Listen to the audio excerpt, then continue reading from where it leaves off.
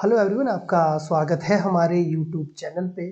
तो दोस्तों, हिमाचल प्रदेश पुलिस के पेपर का ये जो सीरीज़ हम शुरू करने जा रहे हैं, इसमें तमाम हम सेक्शन वाइज आप लोगों के सामने डिटेल एक्सप्लेनेशन के साथ क्वेश्चन सॉल्व करेंगे। वो चाहे कोई भी सेक्शन हो, वो चाहे मैथ्स का सेक्शन हो, रीजनिंग का सेक्शन हो या फिर कोई और सेक्शन हो। उसी लड़ी में ये आज का पहला वीडियो आपके सामने रहेगा, जिसमें हम डिस्कस करेंगे जो कि आपका एग्ज़ाम हुआ था 3 जुलाई 2022 को पुलिस का एग्जाम, उसमें आए हुए मैथ सेक्शन के क्वेश्चन। तो इसमें आपको डिटेल एक्सप्लेनेशन मिलेगी और आगे आपको आने वाले एग्जाम के लिए भी आइडिया रह जाएगा कि भाई किस तरीके के क्वेश्चन आपको पढ़ करके जाने हैं और किस तरीके से आपको जो चीज़ें हैं वो करनी है। तो चलिए शुरू करते हैं। तो देखिए, फर्स्ट क्वेश्चन आपके पास रहा, how many times does 6 appear while writing a integer from 400 to 900। Examiner का कहना है, एग्जामिनर आपसे ये कहना चाह रहा है कि भाई जब आप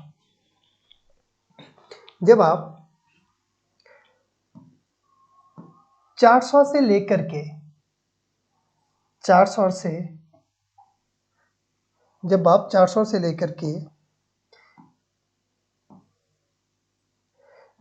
400 से लेकर के 900 तक लिखोगे, नंबर्स लिखोगे, तो इनके बीच में जो है वो जो 6 है वो कितने टाइम आएगा, यानी कि कितने टाइम बाद अपीयर होगा। एग्जामिनर आपसे ये पूछना चाह रहा है। तो इसमें आपको सिंपल सा एक नंबर का थोड़ा सा नॉलेज आपको होना चाहिए, जिसमें ये चीज़ क्लियर होती है, कोई भी नंबर जो है वो आप जब काउंट करते हो, ठीक है, 1 से लेकर के आप 100 तक, तो नंबर जो रिपीट होता है वो एटलीस्ट 20 टाइम्स रिपीट होता है। कितने टाइम रिपीट होता है? 20 टाइम्स रिपीट होता है। अब जैसे देखिए, मैंने यहाँ कहा, अभी हम बात कर रहे हैं 400 से, तो देखिए 400 को तो हम नहीं लिखेंगे क्योंकि 400 में 6 के साथ कोई कनेक्शन नहीं है। तो हम लिखेंगे, देखिए 6406 लिखेंगे, ठीक है, 416 426 436 446 456 466 476 486 496। तो ये सारे नंबर आपने देखे, कितने टाइम्स आ रहा है? 1 2 3 4 5 6 7 8 9 10 11, ठीक है, 11 टाइम्स आपने ये चीज यहाँ पे देखी कि जो आपका 6 अपीयर हो रहा है वो कितने बार अपीयर हो रहा है आपका। आप ये चीज देखिए, यहाँ पे आपका कितने टाइम अपीयर हो रहा है, आपका 10 टाइम्स जो है वो यहाँ अपीयर आपका हो रहा है इसमें। उसके बाद आप ये सीरीज देखेंगे, ये वाली सीरीज देखेंगे, यहाँ पे भी आपका अगर स्टार्ट करेंगे तो 461 462, तो जो 10 टाइम है वो आपका यहाँ पे भी अपीयर होगा, ठीक है। तो ये देखिए आप 1 2 3 4 5 6 7 8 9 10 टाइम्स हमने इंक्लूड किया, इसके साथ में लेकर के 10 टाइम आपका होगा, तो टोटल कितना होगा? 20 टाइम। और ये जो चीज है ये आपके हर नंबर के साथ चलेगी, चाहे 1 हो, चाहे 2 हो, चाहे 3 हो, ये सारे ही नंबर में आपको चलेगी। तो बिल्कुल बेसिक से हम इस चीज को देखेंगे तो हमने देखा कि भाई ये 1 से लेकर के जब हम 100 तक चीजें कर रहे हैं तो वहां पे कितने बार अपीयर हो रहा है, वहां पे आपका 20 टाइम्स अपीयर हो रहा है। तो देखिए, तो आपने पहले देखा 400 से लेकर के 500 तक आपका कितने टाइम्स आया? 20 टाइम्स आया। 500 से आपने देखा 600 तक 20 आया। फिर आपने 600 से देखा 700 तक, फिर आपका 20 आया। फिर आपने 700 से देखा 800 तक, फिर आपका यहाँ पे भी 20 आया। फिर लास्ट हमारे पास दिया है 800 से लेकर के 900 तक, तो यहाँ पे भी कितना आया? 20 आया। तो लेकिन अब आप ये वाली सीरीज अगर देखोगे, यहाँ पे जो 6 है, इस वाले प्लेस पे जो 6 है वो बढ़ करके आना है, क्योंकि 601 602 603 604 इस तरीके से काउंटिंग करेंगे तो ये एटलीस्ट आपका कितने टाइम्स आना है? ये आपका 100 टाइम्स यहाँ पे आना है, 6 एक्स्ट्रा आपका 100 टाइम्स आना है। तो जब हम काउंटिंग करेंगे, देखिए 120 140 160 180 और 200, तो इसका जो राइट आंसर है वो आपका बनेगा 200, यानी कि 200 हमारे पास ऑप्शन डी, ये इसका राइट आंसर बनेगा। तो मैं उम्मीद कर रहा हूँ आपको जो चीजें हैं वो थोड़ी सी अच्छे से क्लियर हो रही होगी। और ये नंबर, जब भी आपका कोई नंबर सिस्टम का इस तरीके से क्वेश्चन आता है तो आप ये चीज सिंपली याद रखिए कि जब रिपीट हो रहा है तो 20 टाइम्स रिपीट आपका हो रहा है। हर डिजिट के लिए ये बात रहेगी। लेकिन जब हम स्पेसिफिक वाला बीच में लेकर के आते हैं जैसे 600, तो वो 100 जो नंबर है वो आपके एक्स्ट्रा जो है वो फिर से इसमें ऐड होंगे। तो चलिए आगे देखते हैं।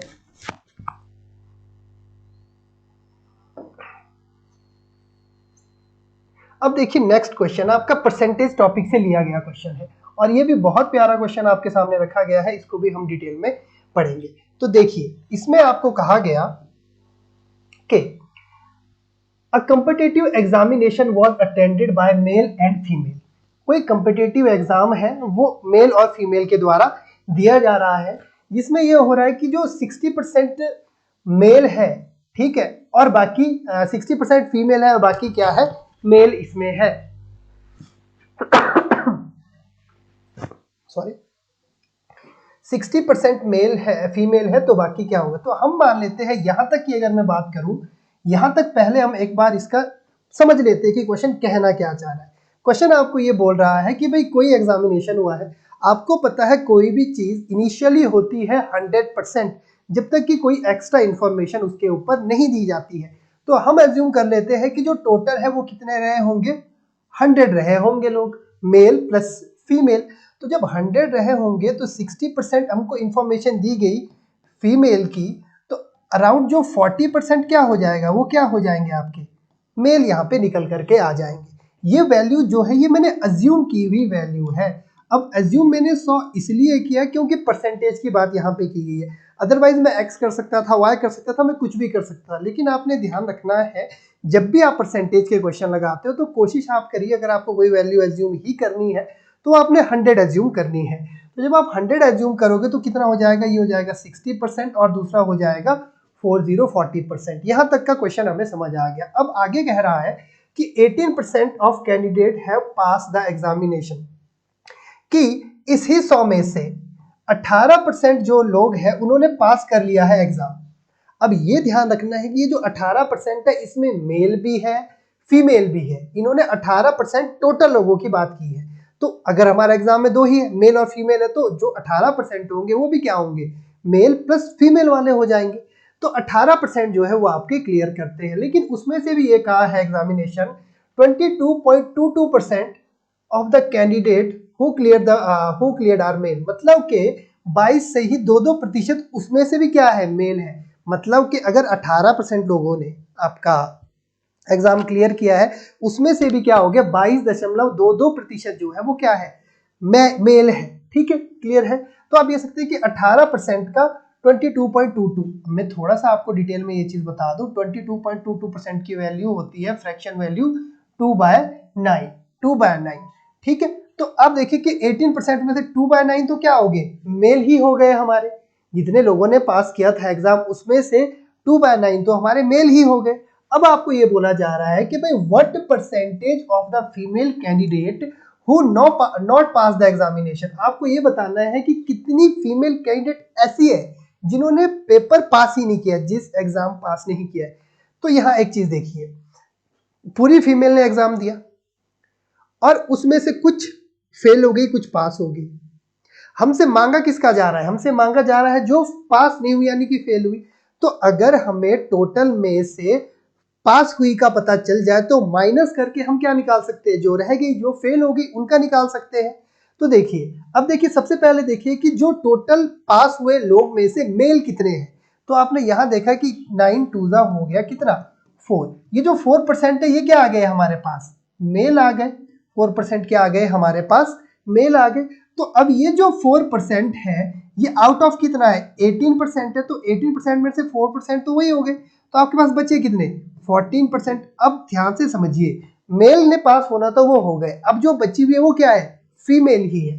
तो फीमेल 14% है, ठीक है, मतलब कि 14% जो फीमेल है वो तो क्या होगी, पास होगी। हमारे पास थी कितनी मेल, जो एग्जाम में फीमेल थी वो 60% थी। तो अगर आप देखेंगे थोड़ा सा, 60% माइनस 14% कौन सी होगी, जो फीमेल क्या हो गई, फेल हो गई। तो कितना हो जाएगा आपका ये 48%।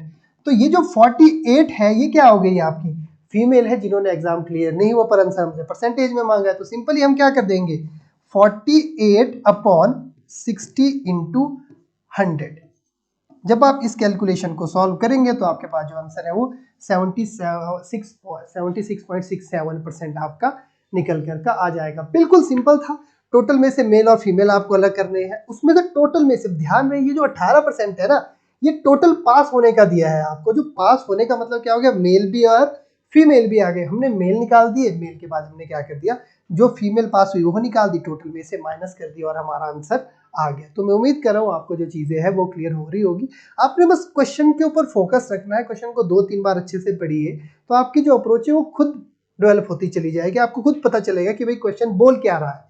आंसर समझने से पहले जरूरी है हम क्वेश्चन को अच्छे से समझें। तो चलिए नेक्स्ट क्वेश्चन पे चलते हैं।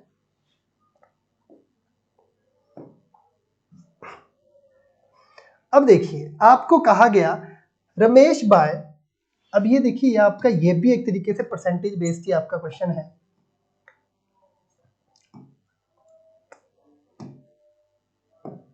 आपको बोला गया Ramesh buy 20 kg of wheat every month. Ramesh क्या था, 20 kg व्हीट जो था वो हर महीने खरीदता था। चलिए ठीक है। अब क्या बोला गया है, the cost of wheat increase by 14 per kg to 16 rupees per kg. मतलब कि अगर वो व्हीट है ना, पहले वो 14 रुपए किलो खरीद रहा था, तो अब कितना खरीद रहा है, 16 रुपए किलो खरीद रहा है। जाहिर सी बात है 2 रुपए से क्या हो गया है, जो प्राइस है वो बढ़ गया है। तो चलिए 2 रुपए से आपका जो प्राइस है वो यहाँ पे क्या हो गया है, बढ़ गया है। चलिए अब आपको ये बोल रहा है कि Ramesh doesn't want to increase expenditure on meat, then what quantity of meat should have been buy after the price increase. अब रमेश के पास तो उतना ही बजट है पहले के जितना, कि नहीं भाई मेरे पास इतना बजट है, जैसा रखा ही होता है हर घर में होता है, राशन के लिए कुछ फिक्स बजट रखा होता है, घर खर्चे के लिए रखा होता है। और अगर वो प्राइस बढ़ जाए घट जाए तो क्या होता है, वो सारा बजट ही जो है वो डगमगा जाता है। तो वही चीज यहाँ पे भी हो रही है। रमेश बेचारे के साथ हो क्या रहा है, पहले तो अच्छा खासा कर रहा था वो 14 रुपए पर किलो, पर अब क्या कर रहा है, वो 16 रुपए पर किलो देख रहा है। तो सीधी सी बात है, जो उसको कम कर, अपनी कंजम्पशन ही उसको क्या करनी पड़ेगी, कम करनी पड़ेगी, तब जाकर के उसका बजट सेट बैठेगा। तो थोड़ा व्हीट कम खा लेगा, उसकी प्लेस में कुछ और खा लेगा। तो देखिए, तो यहाँ पे क्या कहा गया है, 14 और 16, इसको हम रेशो में कन्वर्ट कर देते हैं, तो ये आएगा 7:8।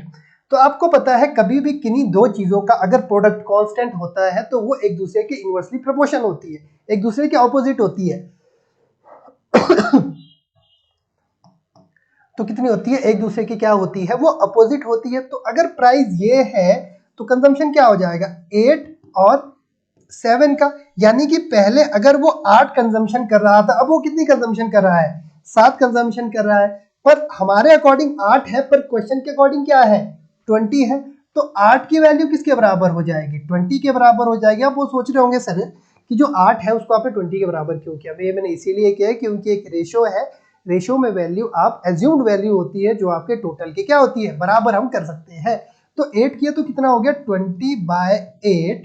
ठीक है, निकालने किसकी वैल्यू है, नई वाली निकालेंगे तो देखिए 4 दूनी आपका 8 हो जाएगा, 10 दूनी 20 और 2 दूनी 4, ये हो जाएगा 5, 7 5 35, 35 का हाफ 7.5, 17.5 किलोग्राम जो है इसका वो आपका राइट आंसर है, वो बन करके आ जाएगा। मैं उम्मीद करता हूँ कि आपको जो है चीजें क्लियर हो रही होगी। अब देखिए इसी पैटर्न पे आपने प्रैक्टिस करते रहना है, आने वाले पेपर में यहीं से क्वेश्चन बनेंगे। अगर ये चीजें क्लियर होगी तो अगर ये आ गया तो आपके क्वेश्चन बन गए।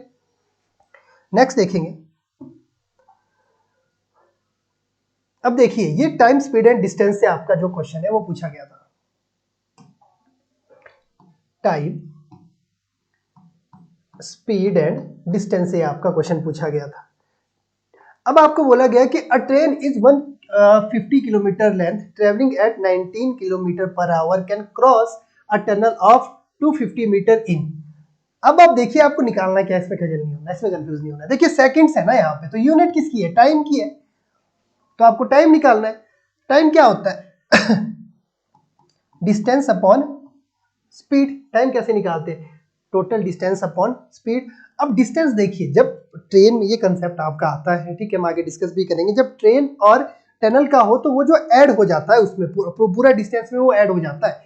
तो अगर आप देखोगे तो कितना हो जाता है आपका, ये है आपका 150 तो ट्रेन का अपना था, 250 टनल का था, तो ये टोटल बन गया डिस्टेंस कितना, 400। स्पीड तो हमको वैसे ही निकालनी है, ठीक है। टाइम हमारे को गिवन है सेकंड्स में, पर यहाँ पे है हमारे पास आवर में, ठीक है, तो आपको पता है जब सेकंड से आपको आवर में जाना होता है तो आप क्या करते हो, 5/18 का क्या करते हो, मल्टीप्लाई करते हो, तभी आप सेकंड में यूनिट कन्वर्ट हो जाएगी आपकी।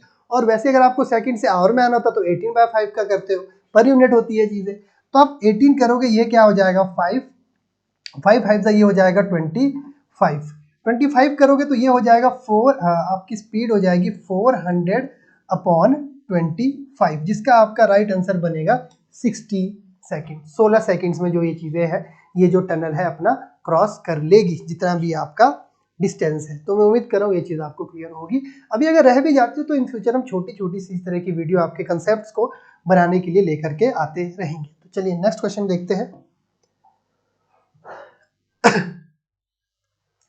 अब आपको ये कहा गया है कि what is the length of a longest pole that can be placed in a room of 24 meter long, 16 meter wide and 18 meter high।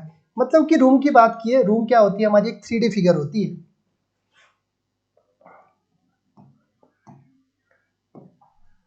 ये इस तरीके की, यहाँ पे बना लेता हूँ, इस तरीके की एक 3D फिगर होती है रूम हमारी ना, ये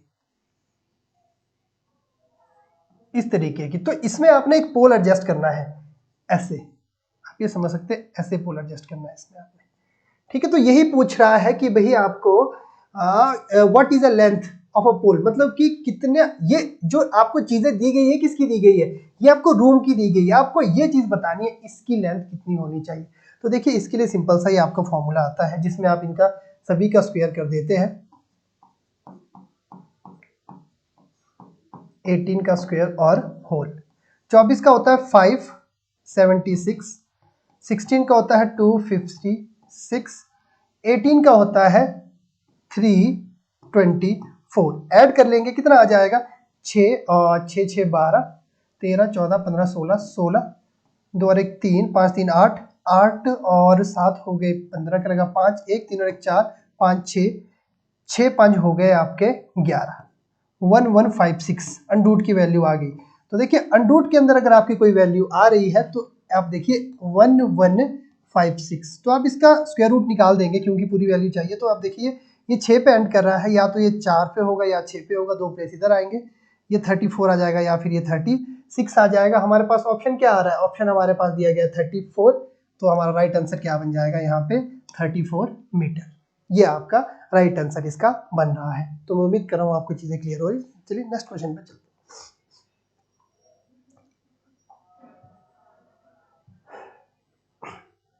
अब देखिए नेक्स्ट आपको कहा गया है कि आपकी, बहुत ही प्यारा क्वेश्चन आपका, ये भी समझने की देरी है, बाकी तो आप इस क्वेश्चन को यूं ही निकाल दोगे।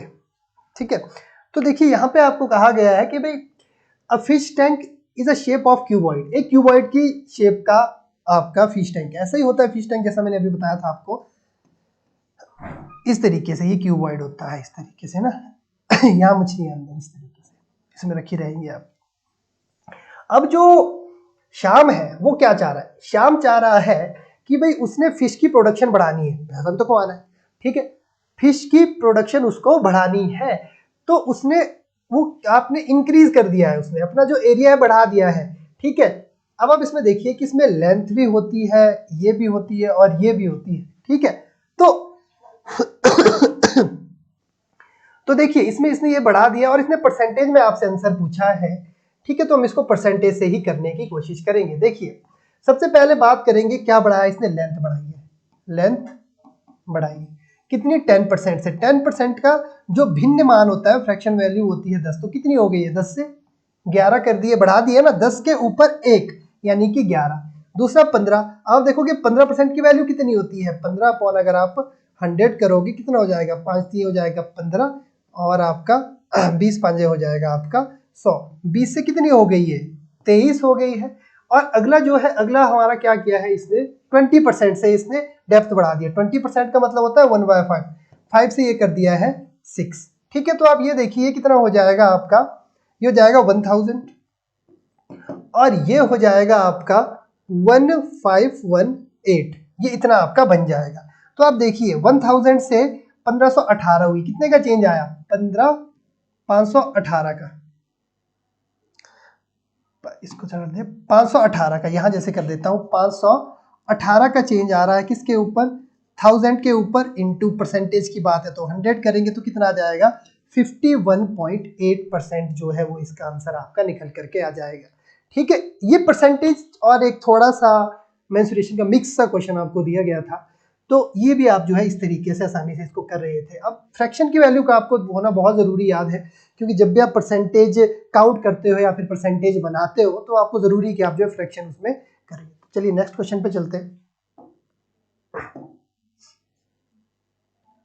अब देखिए, James can do the piece of work, ये टाइम एंड वर्क से क्वेश्चन आपको पूछा गया था।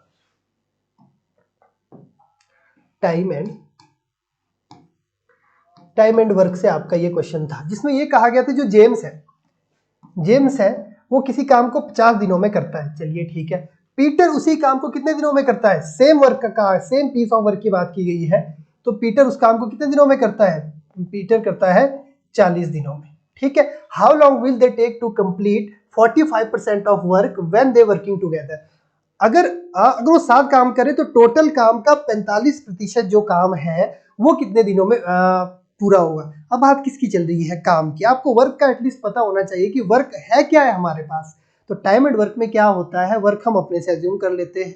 ठीक है, अब वर्क हमारा अज्यूम करना है तो उसको हम यही कहते हैं, एक हम एलसीएम मान लेते हैं। ठीक है, तो आप देखिए 50 और 40 की अगर आप बात कर रहे हो तो आपका जो एलसीएम है वो कितना आ जाएगा, 50 दूनी होते हैं 100। ठीक है, 100 नहीं आता है और आपका 300, तो 200 आपका यहाँ पे आ सकता है। 200 टोटल वर्क क्या हो गया आपका, 200 आ गया। ठीक है, तो हम इससे करेंगे कितना आ जाएगा, ये यहाँ पे 4 हो जाएगा, यहाँ पे क्या हो जाएगा 5। तो अब ये समझे कि जो ये है ये इसका पर डे का वर्क आ रहा है, दोनों का जो है पर डे का वर्क आ रहा है, कि एक कर रहा है जेम्स कर रहा है 4 दिनों में और पीटर कर रहा है 5 दिनों में। ये क्या आ रहा है, पर डे का जो वर्क है वो आ रहा है। ठीक है, तो अब ये देखिए कि भाई अब मिलके काम कर रहे हैं, 5 चौके 20, 5 20, ठीक है 9 काम ये कर रहे हैं एक साथ में। अब इन्होंने टोटल वर्क का 200 का 45% काम इनको करना है, 200 का 45% इनको काम करना है। ठीक है, तो एक दिन में कितना काम कर रहे हैं, ये 9 काम आपका यहाँ पे कर रहे हैं। तो देखिए आप निकाल देंगे 200 का 45% कितना आ जाएगा आपका 90 काम करना है, और एक दिन में कितना काम कर रहे हैं, ये 9 काम कर रहे हैं। ठीक है, सॉरी 90 काम करना है तो एक दिन में ये 9 काम कर रहे हैं, तो टोटल काम कितने दिनों में फिनिश करेंगे, ये 10 डेज में जो है ये फिनिश कर देंगे। ठीक है, बहुत सिंपल सा क्वेश्चन था और इसी तरह के क्वेश्चन आपसे पूछे भी जाने हैं। ठीक है, तो मैं उम्मीद कर रहा हूँ ये चीज़ें जो है आपको साथ के साथ में क्लियर हो रही भी होगी। तो ये कुछ क्वेश्चंस थे जो हमने आज सॉल्व करे मैथ सेक्शन के। आगे आने वाले समय में भी इसी तरह के मैथ्स रीजनिंग कोई भी सेक्शन है वो आप लोगों के सामने लाते रहेंगे। Thank you.